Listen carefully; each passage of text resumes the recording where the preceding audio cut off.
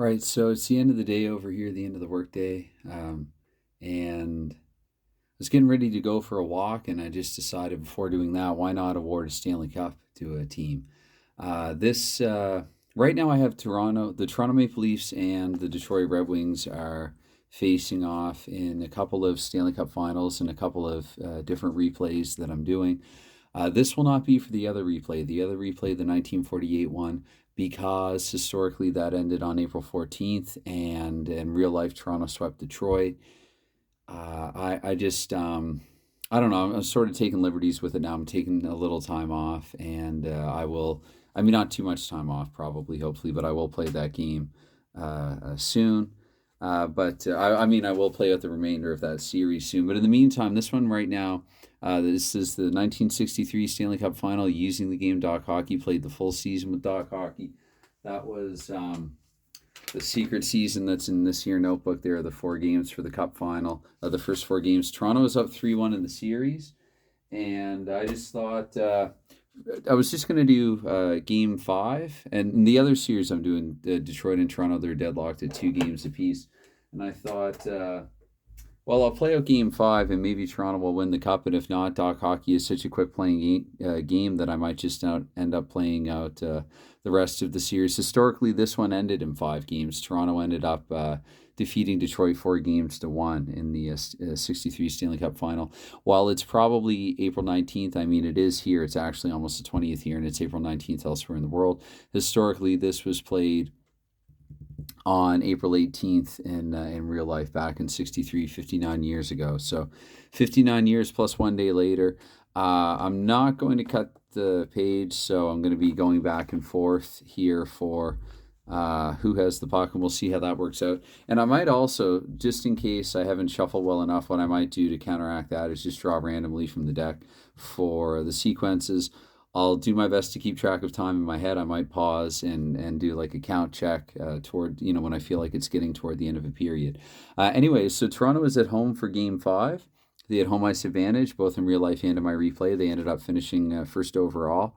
And it wasn't quite the close race in mine as it was in real life in 63, but it was still a really good, fun, fascinating season, one that I have to get some more updates done for over in Delphi. Anyway,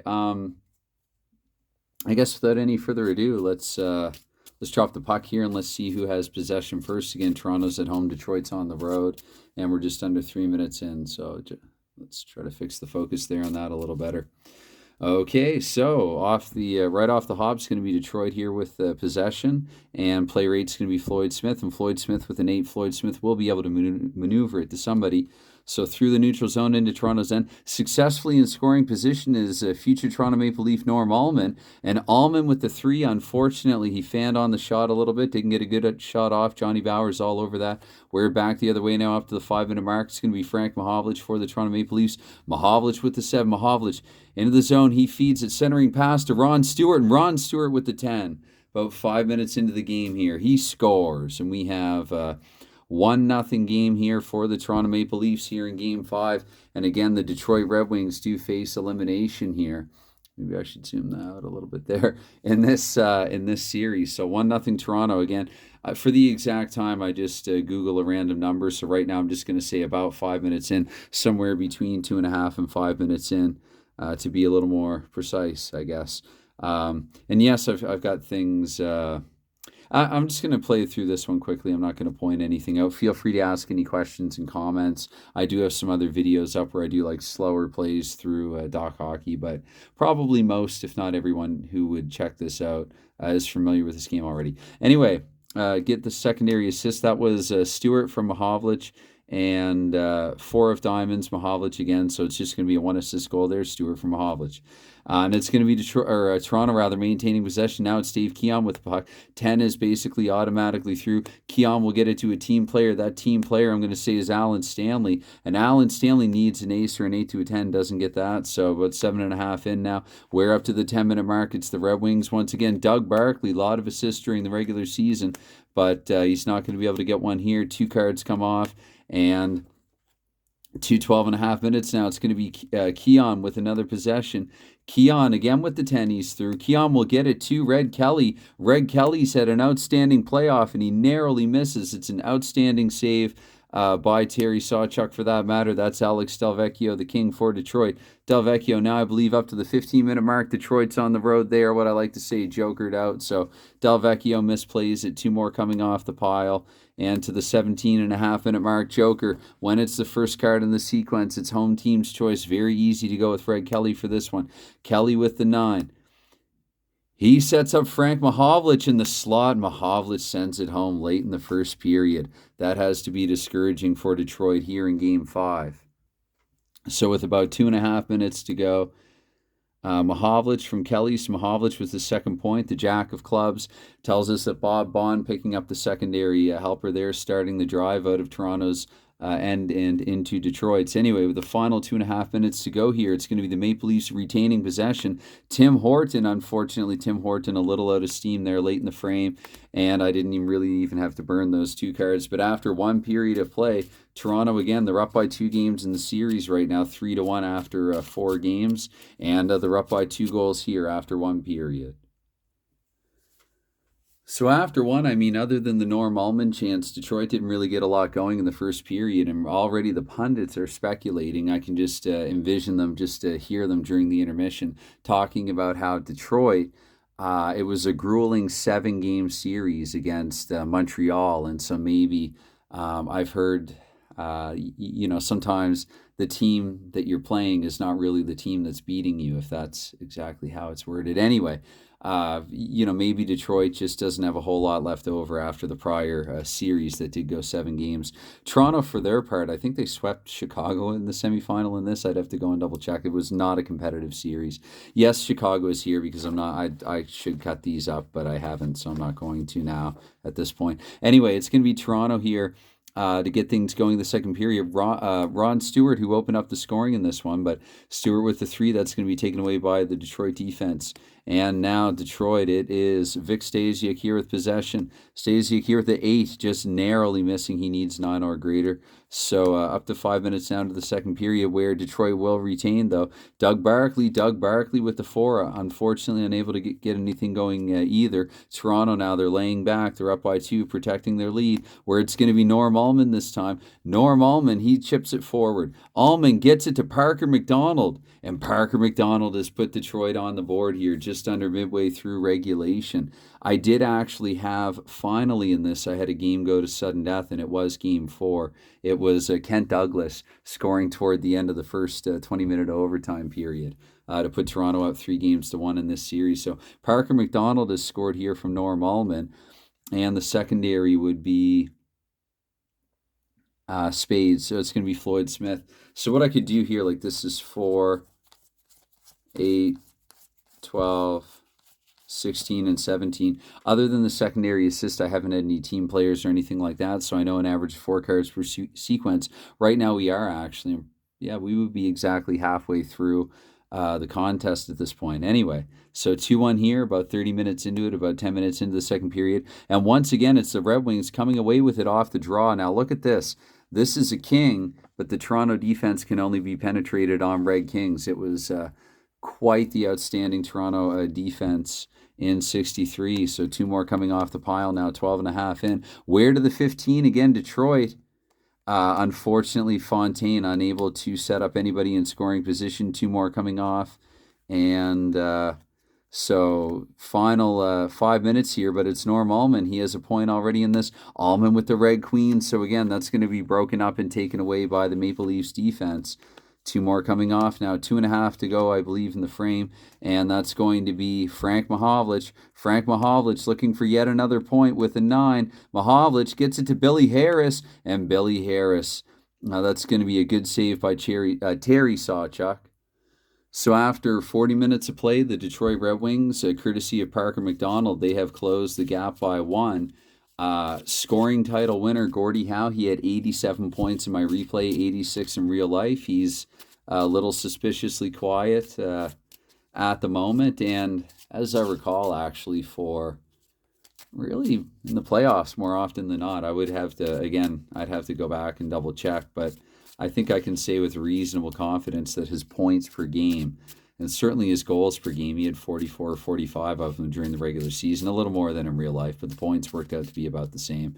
So he's probably not scoring or producing otherwise at the same clip in this as he did my replay for this. Anyway, this could be it right here. 20 minutes, sudden death, should it go to overtime? Definitely not a 60 and done for a playoff game. And we're just over 10 into this video. It's a pretty fast-playing DoC hockey. I'm taking my sweet time with this. If I were playing this on my own, this would be over and done with by now. But, want to enjoy the moment, savor it a little more, because there could be a Stanley Cup awarded. This project, even though I'm still updating it in October somewhere on Delphi, this could be done. This was the secret season for whatever reason, me just being weird me for the longest time. I kept this one exclusively on paper and off the internet until recently. Anyway, now for the third period, it's going to be Toronto's choice, Red Kelly, but Red Kelly with the 2.